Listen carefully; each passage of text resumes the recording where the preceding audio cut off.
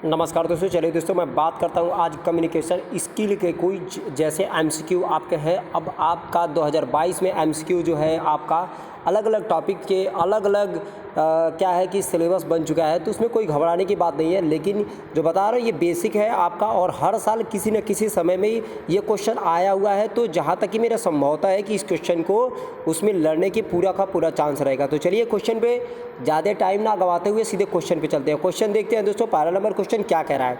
और ये question first और सेकेंड ईयर दोनों के लिए यूजफुल है दोस्तों, ठीक है, क्योंकि अब क्या है कि कुछ चैप्टर फर्स्ट ईयर में हो गए हैं, कुछ चैप्टर सेकेंड ईयर में हो गए हैं। तो ये चैप्टर जो है संप्रेषण कौशल है, कम्युनिकेशन स्किल है। स्पेशल अगर बात करेंगे तो ये आपका सिलेबस की बात करें अकॉर्डिंग तो आपका वहाँ पर सेकेंड ईयर में काम करेगा।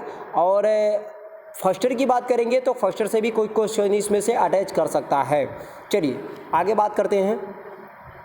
क्वेश्चन पहला नंबर हमारा ये कह रहा है दोस्तों, लेखक के लिए लिखता है। यहाँ पर कह रहा है कि लेखक के लिए मतलब किसके लिए लिखता है, क्या करने के लिए लिखता है। यहाँ पे क्वेश्चन है तो पहला का ऑप्शन ये हो जाएगा, सूचना देने के लिए लिखता है। लेखक सूचना देने के लिए, यहाँ पे हो जाएगा सूचना देने के लिए लिखता है।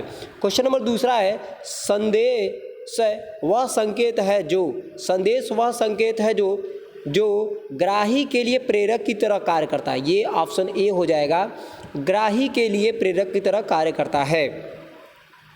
अगला क्वेश्चन हम बात करते हैं क्वेश्चन नंबर 3, श्रवण शक्ति एक प्रक्रिया है। क्वेश्चन नंबर 3 का बी हो जाएगा मनोवैज्ञानिक। श्रवण शक्ति एक प्रक्रिया है तो मनोवैज्ञानिक है। मनोवैज्ञानिक जो व्यक्ति के अंदर होता है वो श्रवण शक्ति, किसी भी चीज़ को स्मरण करने की शक्ति जानता है, वो मनोवैज्ञानिक वाला होता है, ठीक है। आगे बात करते हैं क्वेश्चन नंबर 4, साक्षात्कार में निम्नलिखित में से कौन सहायक की भूमिका अदा करता है। साक्षात्कार में निम्नलिखित में से कौन सहायक की भूमिका अदा करता है। साक्षात्कार में सहायक की सी ऑप्शन हो जाएगा। यहाँ पर क्या हो जाएगा, उपस्थिति के ढंग, आपके मतलब उपस्थिति किस प्रकार से है, क्या पहनावा पहन के जा रहे हैं, क्या सूझबूझ आपका है, किस तरह का शर्ट पहने हैं, किस तरह का पैंट पहने हैं, किस तरह के शूज पहने हैं, ठीक है, प्रेस है कि नहीं है, फॉर्मल में है या मतलब बहुत सारे भद्देदार कपड़े हैं या चीतीदार कपड़े हैं, इस पर डिपेंडेंट करता है। और व्यवहार आपका कैसा है, ऑप्शन बी। तो ए और बी आपका क्लियर हो जाएगा, ठीक है। अगला क्वेश्चन है, दिए गए एसएमएस के लिए, पांचवा है, दिए गए एसएमएस के लिए उपयुक्त चुने। तो क्या चुनना है, सिंपल है ये, ठीक है। ऑप्शन बी इसका सही हो जाएगा, you are too cute to love. मतलब कहने का यहाँ है, देख सकते हैं, यू है, आर का मतलब यहाँ आर है, टू का मतलब 2 दिया है, यहाँ पर डबल 2 है, और सी का मतलब सॉरी मैंने पहले का बता दिया, थोड़ा सा मिस्टेक हो गया, कोई दिक्कत नहीं। यहाँ देख सकते हैं यू का यू है, आर का आर है आपका, और 2 का 2 है आपका, और फिर 2 मतलब कट है यहाँ पे हो जाएगा, और 2 लव है आपका हो जाएगा, यल और भी यहाँ पे लिखा है, ठीक है। तो ऑप्शन नंबर बी बिल्कुल सही है, ठीक है। आगे बढ़ते हैं। क्वेश्चन नंबर 6 कह रहा है, समस्या का निम्नलिखित में से क्या कारण हो सकता है। समस्या का निम्नलिखित में से क्या कारण हो सकता है। समस्या का क्वेश्चन नंबर 6 का सी हो जाएगा, ए और बी। समस्या का कारण है, कह रहा है निर्देश के सारांश को नहीं समझ पाना। समस्या का कारण होता है जब समझ नहीं पाएंगे तो समस्या का कारण कभी भी हो सकता है। कोई प्रश्न है आपके समझ में नहीं आ रहा है तो आप उत्तर कैसे दे पाएंगे, समस्या का कारण बन जाएगा। नेक्स्ट है, वक्ता की ज़रूरत को जानने में सक्षम, जो वक्ता है उसकी क्या ज़रूरत है जानने में सक्षम ना हो पाना, ये भी समस्या का कारण हो जाएगा। ऑप्शन नंबर सी, ए और बी दोनों सही होगा। अगला क्वेश्चन कह रहा है 7वां, निम्नलिखित में से कौन सा रिज्यूम का अनिवार्य भाग होता है। रिज्यूम का कौन सा, 7वां का बी, डी आपका डी होगा, डी हो जाएगा, ए और सी, ए और सी। नाम और पता, शैक्षणिक विवरण। रिज्यूम देना है अगर कहीं पे तो नाम तो पता देते ही देते हैं, और रिज्यूम का पूरा विवरण देते हैं आपका। जैसे रिज्यूम जो बनवाते हैं तो उसमें शैक्षणिक विवरण, जैसा हाई स्कूल 10th है, ग्रेजुएशन, पोस्ट ग्रेजुएशन, आपका टेक्निकल है तो टेक्निकल का जैसे ITI हो गया, CTI हो गया, पॉलिटेक्निक हो गया, MI हो गया, BTech हो गया, MTech हो गया, तो आप उसमें दर्शाते हैं, ठीक है। तो ये ऑप्शन ए हो गया और ऑप्शन सी हो गया, तो दोनों को मिला के क्या मारेंगे, ऑप्शन नंबर डी मारेंगे, ठीक है। चलिए क्वेश्चन नंबर 8वां देखते हैं, बस में बैग मिलने का उपयुक्त कारण क्या होगा। बस में बैग मिलने का उपयुक्त कारण क्या होगा। बस में जो बस होता है, बैग मिलने का उपयुक्त कारण क्या होता है। तो 8वां का बी हो जाएगा, पुलिस को सूचना देना। क्या हो जाएगा, पुलिस को सूचना देना। क्या हो जाएगा, पुलिस को सूचना देना। बैग में लेकिन आजकल के लोग क्या सूचना देंगे, नहीं देंगे, चलो कोई दिक्कत नहीं है, समझदारी अपनी है कि सूचना देंगे या नहीं देंगे, वो आपकी समस्याएं हैं। ओके, अगला बात कर लेते हैं, संचार में परंपरा और सामान्यताएं क्या होती हैं। संचार में परंपरा, यहाँ पे 9 नंबर का क्वेश्चन कह रहा है संचार में परंपरा, तो ऑप्शन नंबर बी हो जाएगा बाधक। संचार में परंपरा और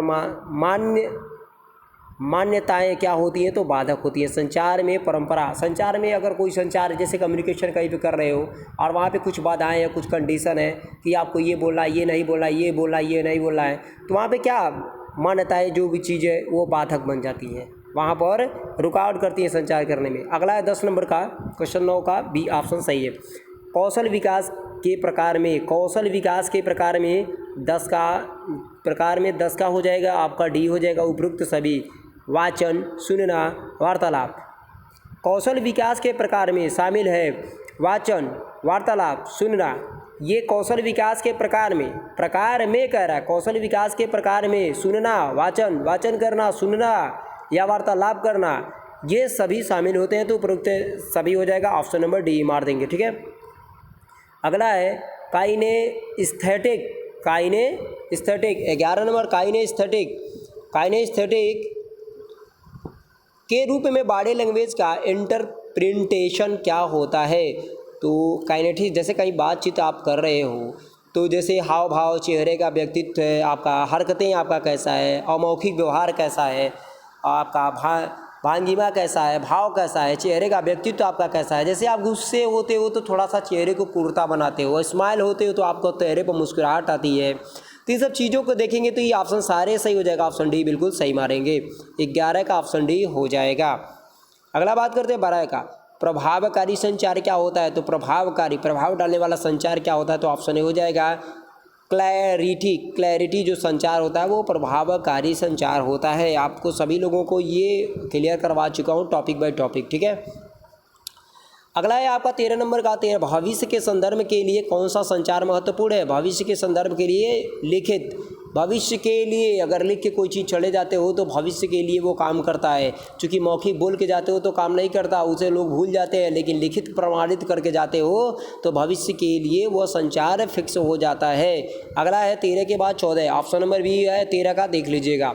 14 कह रहा है कि संचार के घटक है, 14 संचार के घटक पूछ रहा है यहाँ पर, ऑप्शन नंबर 14 का डी हो जाएगा घटक। क्या होगा घटक भाई, ऑप्शन फीडबैक हो जाएगा, घटक संचार के घटक, फीडबैक देंगे तो घटक आपको पता क्लियर चल जाएगा। अगला है सामूहिक परिचर्चा के समय निम्न में से कौन सा कथन आपके अग्रीमेंट को व्यक्त कर सकता है। 15 का ऑप्शन हो जाएगा, मुझे आपकी बात समझने दें, ये व्यक्त कर सकता है, ऑप्शन नंबर ए जो है वो सही है। नेक्स्ट है व्याख्या से आप क्या समझते हैं। 16 नंबर का बात करेंगे तो संक्षिप्त रूप से बताना, कोई जैसे व्याख्या से आप क्या समझते हैं, तो व्याख्या करने के बाद अगर किसी व्यक्ति को अगर कोई टॉपिक समझाना है तो संक्षिप्त रूप से समझा रहे हैं, तो व्याख्या से आप क्या समझते हो, कहा जा रहा है जैसे मैंने किसी को बताया, जैसे मैंने आपको बताया, तो बताने के बाद बहुत सारे जैसे रामायण की पूरी कहानी सुझा दिया, अब मैंने पूछा कि व्याख्या करने से आपको क्या समझ में आया, तो संक्षिप्त में आप बताएंगे उसको, क्योंकि मेरे जैसे आप व्याख्या नहीं करेंगे, क्या करेंगे आप मेरे जैसे व्याख्या नहीं करेंगे, संक्षिप्त में उसको आप बताएंगे। 17 इनमें से क्या वचनबद्धता का एक भाग नहीं है, इनमें से क्या वचनबद्धता का एक भाग नहीं है, तो ऑप्शन हो जाएगा स्थिक्स, आपका सी ऑप्शन सही हो जाएगा। नेक्स्ट 18 नंबर, 18 कह रहा है किस प्रकार की संचार प्रणाली में शब्दों का प्रयोग किए बिना सूचना का आदान प्रदान किया जाता है। किस प्रकार की संचार प्रणाली में शब्दों का प्रयोग किए बिना सूचना का आदान प्रदान किया जाता है, तो 18 का आपका नहीं हो जाएगा, और शाब्दिक कम्युनिकेशन हो जाएगा। कह रहा है कि किस प्रकार की संचार प्रणाली में शब्दों का प्रयोग किए बिना, मतलब बिना शब्द के, और शाब्दिक कम्युनिकेशन, जैसे भौहें हिलाना, आपको आँख बंद करके इशारा किसी बात का करना, या लोग कहते हैं इसको आँख मारना, तो आँख बंद करके एक प्रकार का क्या होगा, अशाब्दिक है, ये इशारा और सांकेतिक में आ जाएगा पूरा टोटल, हाथ से कोई बात कर देना, ये सब में आ जाएगा। ठीक है, ऑप्शन नंबर आपका कौन सा है, 18 का डी हो जाएगा। ठीक है, अगला है एसएमएस की भाषा में FY और आई का पूर्ण रूप क्या होता है? 19 का आपका हो जाएगा बी हो जाएगा। आपका एफ से 4 हो जा रहा है, योर हो जा रहा है, वाई से इन्फॉर्मेशन हो जा रहा है। FYI for your information, for your information. चलिए 20 नंबर का क्वेश्चन देखते हैं क्या कह रहा है। 20 नंबर कह रहा है यहाँ पर लिस्टनिंग टू द सॉन्ग, मतलब गाना सुनना, या लिसनिंग आप बोल सकते हैं, लिस्टनिंग बोल सकते हैं। गाना सुनना के लिस्टनिंग के अंतर्गत आता है, क्या आता है भाई? 20 का सी हो जाएगा, प्रशंसनीय लिसनिंग हो जाएगा, प्रशंसनीय लिसनिंग हो जाएगा। ठीक है। 21 नंबर कह रहा है यहाँ पर, 21 से क्या कह रहा है? 21 कह रहा है कौन सा एक वार्तालाप शिष्टाचार का डोंट है? 21 का शिष्टाचार का डोंट है, ऑप्शन नंबर डी हो जाएगा यहाँ पर।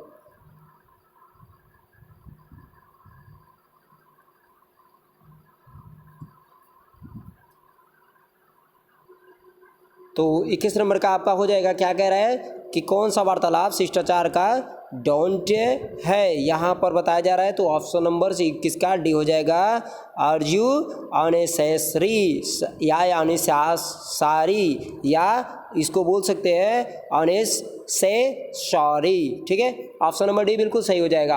22 क्वेश्चन की बात करेंगे। एक रिज्यूम होना चाहिए, एक रिज्यूम होना चाहिए। एक क्वेश्चन कह रहा है छोटा और सही होना चाहिए, बहुत बड़ा हो नहीं होना चाहिए। 23 की बात करते हैं यहाँ पर, इनमें से कौन सा बोलने के लिए रुकावट है? 23 का सी हो जाएगा, घबराहट। घबराहट, आप किसी जगह पे जाते हैं, जब आपका इंटरव्यू होता है तो वहाँ पर आप घबरा जाते हैं, तो घबराने की वजह से जो चीज़ आपका स्मूथ निकलने वाला है, जो आप फ्रेश तरीके से बताने वाले हैं, वो आप रुक रुक के आवाज़ें निकालेंगे, तो इसको घबराहट के रूप में ले लेंगे। तो 23 का सी ऑप्शन बिल्कुल सही हो जाएगा। 24 की बात कर लेते हैं। इनमें से किसे अच्छा संचार माना जाता है? 24 का बी हो जाएगा, प्रेषक प्राप्तकर्ता के प्रति सकारात्मक होता है, ये अच्छा संचार माना जाता है। प्रेषक प्राप्तकर्ता के प्रति सकारात्मक, प्राप्तकर्ता मतलब मैं बोल रहा हूँ और कोई मुझे मेरे शब्दों को प्राप्त कर रहा है, तो यहाँ पर उसके प्रति सकारात्मक हो जाएगा। तो ऑप्शन नंबर बी बिल्कुल सही है। 25 की बात करेंगे। सामूहिक विचार विमर्श के लिए निम्नलिखित में से किस हुनर का होना आवश्यक है? किस हुनर का होना आवश्यक है?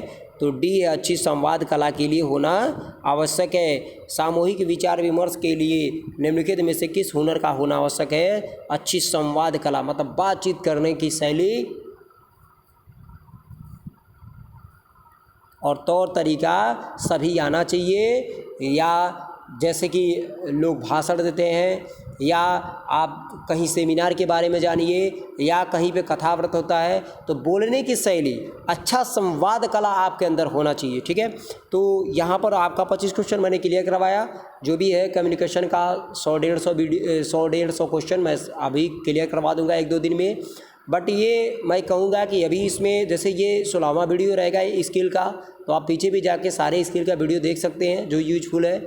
उस पर टॉपिक डाला गया है IT इंफॉर्मेशन टेक्नोलॉजी का और कंप्यूटर का, सभी वीडियो आप देख सकते हैं और अपने जीवन में इसे अध्ययन करके आगे बढ़ सकते हैं, नंबर उठा सकते हैं। देखिए जो क्वेश्चन है यहाँ पर, जैसे निम्न क्वेश्चन बैंक जो दिया है, इसी क्वेश्चन को रिपीटेड कर दिया, और कुछ क्वेश्चन इंग्लिश में है जो बच्चों को समझ में नहीं आ रहा है, तो उसमें कोई दिक्कत नहीं है। ठीक है, तो जो ये क्वेश्चन है रिपीटेड क्वेश्चन है, और उसी को सुधार के कुछ इधर उधर करके उसी को नया रूप 2022 का दे दिया गया है। तो कोई दिक्कत नहीं है, आप पुराना पढ़िए या नया पढ़िए, बात वही है। बट दोनों को पढ़ लीजिए, कोई दिक्कत नहीं है। मुझे टाइम मिलेगा तो मैं नया वाला भी वीडियो सारा बना दूंगा। बट ये भी इम्पोर्टेंट भी क्वेश्चन था, इसीलिए मैंने इसको सबसे पहले उठाया। ठीक है, तो चलिए मिलते हैं अगले वीडियो में। नमस्कार।